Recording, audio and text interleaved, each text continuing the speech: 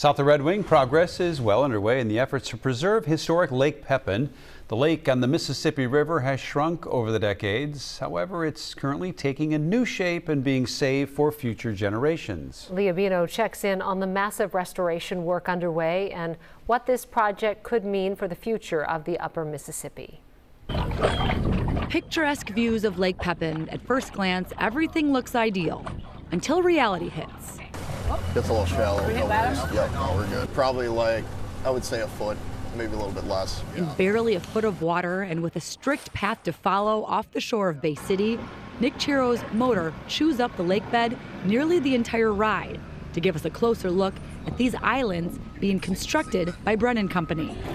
Contracted by the U.S. Army Corps of Engineers, this project is decades in the making. Sediment is being dredged up to allow for deeper channel passes and spit out a few hundred yards away where it's being formed into islands. After today, all 3 islands will be done. It's hard to capture the magnitude of this project because it's been so many years and so many partners. Riley Hintz is with the Lake Pepin Legacy Alliance and committed to saving this natural widening stretch of the Mississippi River from disappearing, roughly between Bay City down to the town of Pepin on the Wisconsin side and Red Wing to Wabasha on the Minnesota side, where lake lovers have built their lives. Lake Pepin used to extend all the way up to St. Paul 12,000 years ago, but as about 1 million tons of sediment settles in the mouth of the lake annually, Lake Pepin is on pace to fill in just over 300 years. If this project wasn't happening and we just let it fill in, this community would essentially have no access to the lake anymore.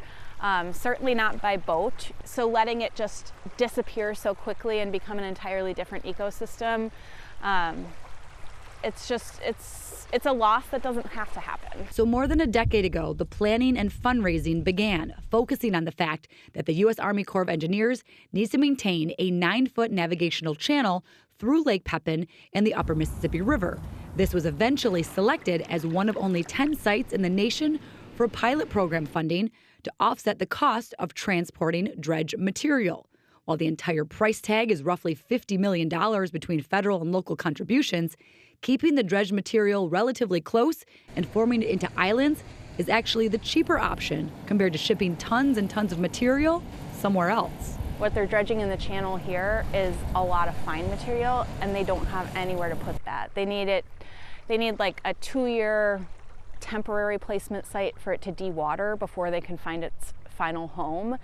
It's very expensive. There just isn't the physical capacity to store that material. So if they can do this, it's kind of a win-win for channel maintenance. This is kind of what it'll look like in the future? It should look like this in the future with a little more, I guess a little more character, with the slopes of the island, natural slopes. Nick envisions the roughly half a dozen towns in this 22-mile stretch returning to the sort of fishing and hunting paradise people will flock to.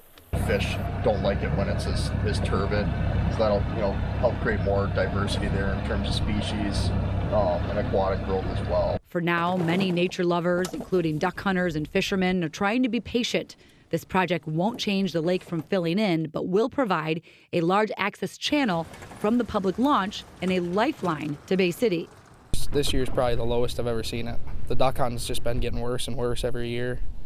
A lot of the birds just aren't moving. They'll just find one spot to sit, and then they don't want to go anywhere because once they come upriver, there's no vegetation for them to feed on.